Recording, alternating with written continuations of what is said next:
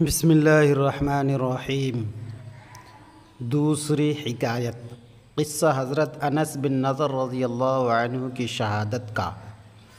حضرت انس بن نضر رضی اللہ عنہ ایک صحابی تھے جو بدر کی لڑائی میں شریک نہیں ہو سکے تھے۔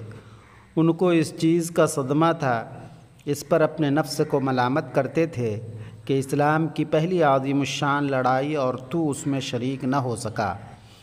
اس کی تمنا تھی کہ کوئی دوسری لڑائی ہو تو حوصلے پورے کروں۔ اتفاق سے احد کی لڑائی پیش آ گئی جس میں یہ بڑی بہادری اور دلیری سے شریک ہوئے۔ احد کی لڑائی میں اول تو مسلمانوں کو فتح ہوئی، مگر آخر میں ایک غلطی کی وجہ سے مسلمانوں کو شکست ہوئی۔ وہ غلطی یہ تھی کہ حضور اکرم صلی اللہ علیہ وسلم نے کچھ آدمیوں کو ایک خاص جگہ مقرر فرمایا تھا کہ تم لوگ اتنے میں نہ کہوں اس جگہ سے نہ ہٹنا، کہ وہاں سے دشمن کے حملہ کرنے کا اندیشہ تھا۔ جب مسلمانوں کو شروع میں فتح ہوئی تو کافروں کو بھاگتا ہوا دیکھ کر یہ لوگ بھی اپنی جگہ سے یہ سمجھ کر ہٹ گئے کہ اب جنگ ختم ہو چکی، اس لیے بھاگتے ہوئے کافروں کا پیچھا کیا جائے اور غنیمت کا مال حاصل کیا جائے۔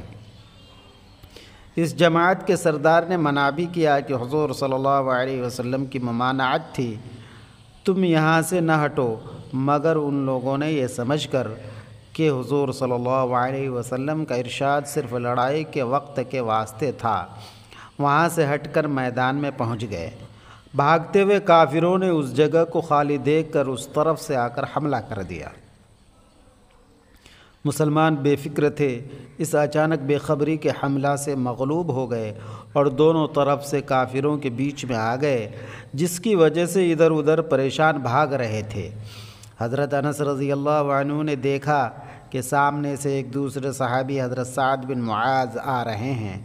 ان سے کہا، اے سعد، کہاں جا رہے ہو؟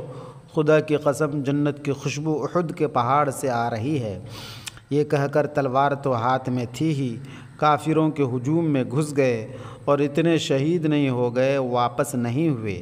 شہادت کے بعد ان کے بدن کو دیکھا گیا تو چھلنی ہو گیا تھا، 80 سے زیادہ زخم تیر اور تلوار کے بدن پر تھے۔ ان کی بہن نے انگلیوں کے پوروں سے ان کو پہچانا۔ فائدہ، جو لوگ اخلاص اور سچی طلب کے ساتھ اللہ کے کام میں لگ جاتے ہیں ان کو دنیا ہی میں جنت کا مزہ آنے لگتا ہے۔ یہ حضرت انس رضی اللہ عنہ زندگی میں جنت کی خوشبو سونگھ رہے تھے۔ اگر اخلاص آدمی میں ہو جائے تو دنیا میں بھی جنت کا مزہ آنے لگتا ہے۔